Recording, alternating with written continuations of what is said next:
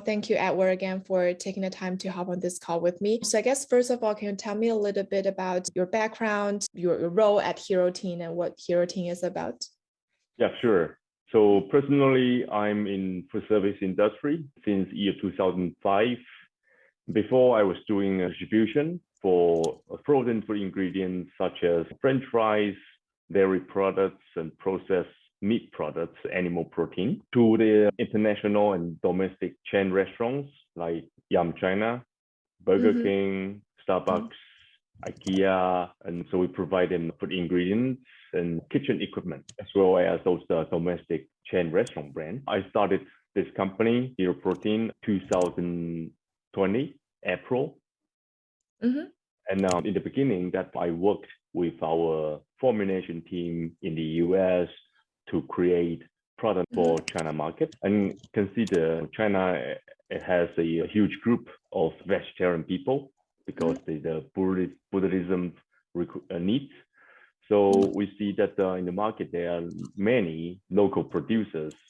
They're producing here in China for over a decade, even 15 years, and they have a different type of vegetarian products. But we see that is a very old school technology. Some of the products only looks like the meat, but taste not good at all. So we decided to bring in the most advanced technology. It's called high moisture extrusion. We bring this technology into our products to produce a much better ones in terms of taste and flavor and manufacture here in China with our partners. Yeah, that's interesting. And can you tell me a little bit about your target audience? How would you describe them in terms of their demographic? So we did several research on the different first-tier cities in China, including Shanghai, Beijing, Guangzhou, and even Chongqing. So we found that the target audience who are most interested in this alternative protein sector, which would be female between 25 to 35, and the person, those who cared about health, to have a better lifestyle. So that's why we would design our products based on that group of people. Any particular reasons you think like the products appeals to female rather than male? The report shows that female customers, they are more cared about what they are eating every day and the resource of the food products and what will make them feel better after the meals they cook. We also see some like alternative dairies in China or in Asia in general. How would you say like the adoption level of general consumers? Because we're also seeing kind of things like impossible meat options in like restaurants. In China, no, there's no impossible. No. Only Beyond Meat. Beyond Meat. And also I remember seeing like Starfield. Pork. So how open are people to those options? That's a good question. And China has so many great cuisines in different areas, different regions, right? So for those foreign brands like Beyond Meat or others, they are very successful in the countries overseas, but they are facing a challenge. It's about how to develop more tasty foods that meet Chinese consumers, how to make products into the Chinese dishes. That is their biggest challenge because Western style foods or Western food is quite common in China. But if we are looking at the China market, we need to make it into the Chinese foods, Chinese dishes, into hot pots, into different cuisines like Hunan Cai, right? So what's the adoption level? So far, those plant-based meat players, including international ones or domestic ones, they are still developing. But some of them did a great job, even if it's just in the Western format. But Chinese consumers like the products once they tried it. So I would say it's the biggest challenge for this market, for these alternative protein players in China, is how to bring their interest, to let them really want to try plant-based meat. I think that's a good question. And what's your own answer to it? What do you think are the best way or some of the better ways to get people's attention to get them try these products? Yeah, as a person in this food in the food service industry for such long time, I would say no matter it's alternative protein or conventional protein, it's food, right? So what's the most important thing for food? It must be tasty. And the social media is quite popular in China. So consumers like to take a picture, take a photo before they try the products. So you need to look good and taste good. That is the first step if you want to launch this product on your menu to the customers. And after that, you need to make like promotion, make different events to really attract their attentions, attract consumers' attentions when they are ordering foods or at the restaurant, or they can do the pop-up shops in the shopping mall or inside the supermarket to really let them try the product first. Because most of the Chinese people, they don't know the difference between plant-based meat and veggie meat, like the traditional vegetarian meat.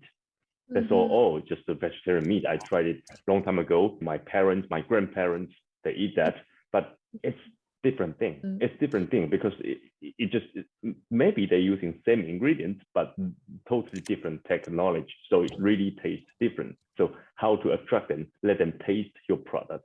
That is the first step you need to do, but make sure they taste good. Got it. Wanted to switch gear to talk about some of the trends and some of the changes that you've seen since you have a long history in this market. What are some of the, either it's like consumer preferences changes or like regulatory changes in this industry that make you think this alternative meat industry has its potential in China? Yeah, so every other new food categories that before, for example, before that, most of the Chinese consumers, they don't know the difference between whipping cream and vegetable cream. And most of the Chinese consumers, do you know that? I don't. Whipping cream and plant-based cream. So is whipping cream, so I know there's difference between like plant-based and animal-based. Like animal-based should be better. Yeah. So for the vegetable cream, like it's made from palm oil and it's quite cheap, but there is the trans fat inside of it. So before that, many cake desserts are made by palm oil, which is not good. That's one example. And so it takes several years. Now people are looking for whipping cream, and many bakery shops are use this as one of their selling points. We only use imported whipping cream. We don't use any palm oil cream, vegetable cream. And the second example is like the soda drinks. So before, people only take, like when they think about soda drink, they want Coca-Cola, either Coca-Cola, Pepsi-Cola, or 7-Up, Sprite. But now people are choosing soda water without flavor, just sparkling water, because it's more healthier. There are many similar things happened before for every new food categories. So plant-based meat is going to be the same. It will take perhaps 3 to 5 years to develop, to build up the consumption habit. So I think currently it's at the early stage of kind of educating people and also catch the wave of this like healthy eating trend. Yes. Is that right? Yes, because people are getting richer than before. So they are more looking for healthier life. And has there been any kind of like regulatory changes in alternative meat space? Well, for plant-based meat, yes. So there is the group standard 团体标准 under GB released on December 25th, 2020. And now the government, FDA China, is building a full documents based on this plant-based meat industry. For plant-based egg, not yet, and no as cell-based. So you mentioned like cell-based, and also what was the other? There's plant-based eggs. That's the first thing I've ever heard of that. First time heard that? No. Yeah, plant-based eggs. Does that mean they're not from chickens? No, it's from 绿豆. Interesting. So plant-based eggs and cell-based meat, those are some areas that you said there hasn't been a lot of regulation. Yeah. around it. So when you talk about this like standard, what types of stuff they are restricting, they're looking at? Is it like the quality or the procedure? Yeah, so from ingredients first. So what is allowed and what's not allowed to put in for plant-based meat, and then you have the production requirements. Yeah, that's the first two things that they are like writing on. And also there's subcategory for alternative meat, because that before some manufacturers were using egg or dairy protein to provide a better texture to the products. So they're also building this subcategory for 100% plant-based meat, and plant-based meat contains egg, or plant-based meat contains dairy. Okay. So just to provide more transparency into what goes into the ingredients rather than, I guess, like trying to trick the consumers. Yes, exactly. Got it. What are some of the interesting approaches or like business models or technology that you're seeing in this kind of like healthy eating space, specifically in China? Recently, it's getting more and more people talking about ready meals. 预制菜 basically you can think it's a frozen pizza, frozen pasta, but in Chinese cuisines, in Chinese format.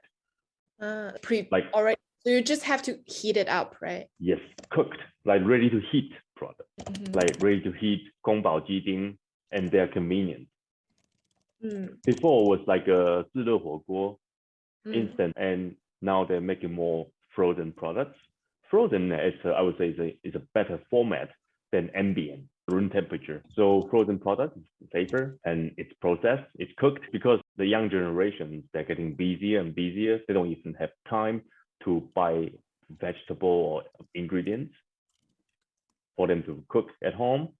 So this is I would say this is a good product with potential. And we have so many different cuisines in China. So manufacturers that could make seasonal menus or dishes from different regions, and they will also consider alternative proteins. And what are some of the channels for alternative meats to sell to? Is it just like normal restaurants, or is it like veggie restaurants? Because we've also been seeing like plant-based meats options on just in normal non-vegetarian restaurants. So what are some of the best ways to sell into general public? Yeah, I would say both. And as you can see, that KFC, McDonald's, Burger King, Starbucks, IKEA, they are all promoting plant-based meat. They either have limited time offering menus or permanent menus. So I would say the key is to launch the plant-based protein products into a regular restaurants. That would be the best way for most of the Chinese consumers to try. Because we're not just targeting at vegan or vegetarian people. And yet, those are also the channels that they should use. Got it. So are currently just doing kind of B2B selling, like working with restaurants and all those like businesses rather than selling into consumers directly? We also do retails. We have our own Tmall shop, and our products are available in Shanghai mostly at the moment, like City Super, Hypermarket, Times Grocery, and we're gonna expand our products to other regions, supermarkets. What are your takes on the differences between Chinese consumers and consumers in the West that makes it different for alternative meat products to grow in the China market? Traditional Chinese consumers like me, we don't like to taste beanie flavor from plant-based meat, even though it's made by soy. So that's also one of the things that perhaps the plant-based meat companies should consider about how to reduce the beanie flavor or to cover by other ingredients. That's interesting.